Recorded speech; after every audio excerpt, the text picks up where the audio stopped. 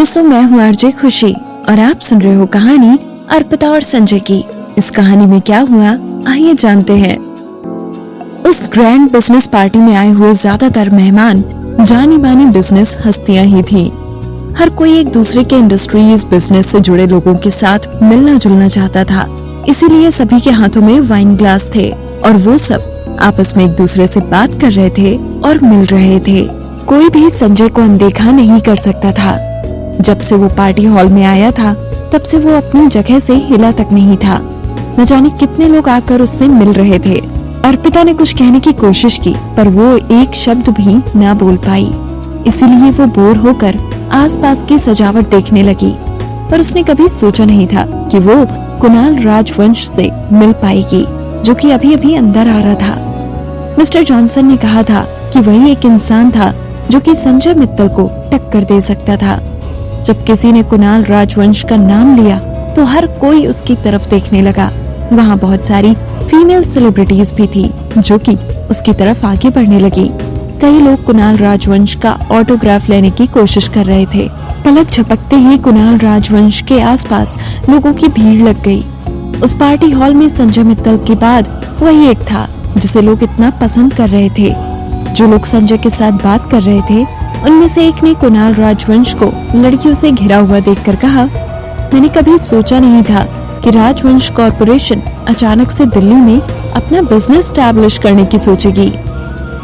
मैंने तो ये भी सुना है कि मिस्टर कुणाल राजवंश ने विदेशों में बहुत ही काबिलियत के साथ बिजनेस संभाला हुआ था। हालांकि पता नहीं क्यों मुझे ऐसा लगता है कि मिस्टर कुणाल राजवंश बिजनेस नहीं बल्कि एंटरटेनमेंट इंडस्ट्री के कोई हीरो हैं। ये सुनकर संजय थोड़ा सा मुस्कुराने लगा। उसने अपने हाथ में पकड़े हुए रेड वाइन के ग्लास से एक सिप लिया पर वो कुछ बोला नहीं। अगले ही पल उसने देखा कि उसके साथ में खड़ी हुई अर्पिता अपने पंजों पर खड़ी होकर कुणाल राजवंश की तरफ देखने की कोशिश कर रही थी। अगर संजय ने उसका हाथ ना पकड़ा होता तो ऐसा लगता था कि वो भी कुणाल राजवंश को घेर कर खड़ी हुई लड़कियों में से एक होती। संजय ने थोड़ा सर झुकाकर पूछा, क्या तुम्हें उसे देखने में मजा आ रहा है? वो बहुत दूर है, रास्ते में बहुत से लोग खड़े हैं, इसीलिए मुझे कुछ ठीक से दिखाई नहीं दे रहा। एक बार मुझे उसका चेहरा दिख जाए तो मैं आपको बताती हूँ, अर्पिता झट से बोली। यहाँ तक कि उसने पीछे मुड़कर भी नहीं देखा। ऐसा लगता था कि अर्पिता को पता भी नहीं था कि उससे ये सवाल किसने किया था। अपनी पिछली बात खत्म करते ही वो दोबारा बोली, हालांकि मुझे उसका चेहरा ठीक से दिखाई नहीं दे रहा पर दूर से देखने में लगता है कि वो इतना बुरा नहीं है। और देखिए, उसके आसपास इतने सारे लोग होने के बावजूद वो बिल्कुल भी परेशान नहीं हो रहा। वो सिर्फ मुस्कुरा ही रहा है। लगता है उसे बहुत कम गुस्सा आता होगा। संजय हैरान होकर मन में सोच रहा था, लगता है ये उसे कुछ ज्यादा ही ध्यान से देख रही है। अभी तो उसका चेहरा भी नहीं देखा और ये पता लग गया कि उसे बहुत कम गुस्सा आता है। संजय का चेहरा काला पड़ गया। इससे पहले कि वो कुछ कह पाता, अर्पिता ने खुश होते हुए कसकर उसका हाथ पकड़ लिया। वो आ रहा है, वो आ रहा है, वो हमारी ही तरफ आ रहा है ना? मैं उसे थोड़ा पास से देखती हूँ। वो मैगजीन से असल जिंदगी में ज्यादा हैंडसम दिखता है। इसमें कोई ताज्जुब की बात नहीं, कितने लोग उसे पसंद करते हैं। इससे पहले कि अर्पिता और कुछ कह पाती, एक बड़े हाथ ने पीछे से आकर उसके मुंह को ढक लिया। गुस्से से भरे हुए चेहरे के साथ संजय बोला, तुम्हारे चिल्लाने से मेरे कान दर्द कर रहे हैं। वो ठीक ठाक ही दिखाई देता है। क्या तुमने अपनी जिंदगी में कोई हैंडसम इंसान पहले नहीं देखा? संजय ने अपना चेहरा अर्पिता के चेहरे के ठीक सामने ले जाते हुए कहा। वो अर्पिता को बताना चाहता था कि सबसे हैंडसम इंसान खुद उसके सामने ही खड़ा था। अर्पिता संजय के चेहरे को घूरने लगी। संजय की बात सुनकर अर्पिता की दिल की धड़कन ही जैसे रुक गई थी। पता नहीं क्यों पर उसे लग रहा था कि संजय उसके साथ फ्लर्ट कर रहा था। वो थोड़ा नाराज हुई, फिर संजय की बाजू पकड़कर वो बोल पड़ी, ये बात कुछ और है। जंगल के फूलों की खुशबू घर के आंगन में खिले हुए देसी फूलों की खुशबू से कुछ हटकर होती है। क्या आपको ये बात पता नहीं? तो क्या वो देसी फूल था? अर्पिता ने संजय के चेहरे की तरफ नहीं देखा था और वो बोलती ही जा रही थी, असल में अगर लुक्स की बात की जाए तो आप दोनों को लगभग बराबर ही नंबर मिलेंगे। आपको शायद थोड़े ज्यादा ही मिले। वो तो आपका गुस्सा इतना खराब है जिसकी वजह से आपके पास फटकने की किसी की हिम्मत भी नहीं होती। नहीं तो आज आपको भी इसी तरह एंट्रेंस पर लोगों से घिरे होने का मौका मिल सकता था। संजय के सब्र का बांध टूट रहा था। उसने अर्पिता का सिर अपनी तरफ घुमाया और अपनी आंखें उस पर गड़ा दी। फिर हर शब्द के बाद रुकते हुए वो बोला, क्या मुझे ज्यादा गुस्सा आता है? मुझे ये कहने के लिए माफ करिएगा, पर अभी आपके चेहरे को देखकर किसे डर नहीं लगेगा। अर्पिता ने अपनी कांपती हुई उंगलियां उसके चेहरे की तरफ करते हुए कहा। अर्पिता ने अपने छोटे हाथ से उसके गालों की तरफ ले जाते हुए उन्हें थोड़ा खींचने की कोशिश की और बोली, आप स्माइल करते हुए बहुत ज्यादा हैंडसम लगते हैं। मैं सच कह रही हूँ, आप कुणाल राजवंश से भी ज्यादा हैंडसम लगते हैं जब आप मुस्कुराते हैं। अर्पिता बहुत धीरे से बोल रही थी और उन दोनों की बातें किसी और को सुनाई नहीं दी।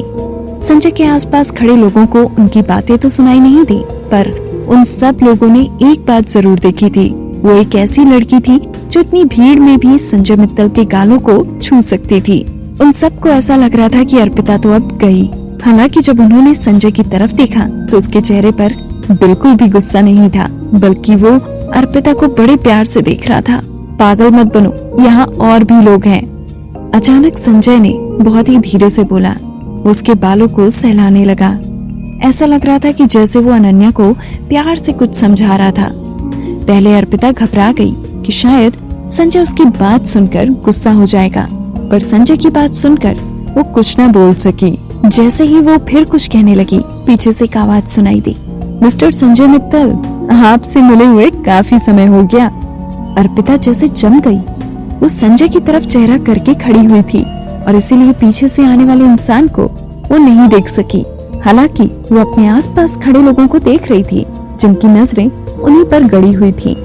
अर्पिता मन में सोच रही थी, क्या ये आवाज कुणाल राजवंश की थी? तभी संजय ने अर्पिता के पीछे खड़े उस इंसान की तरफ अपना हाथ आगे बढ़ाया।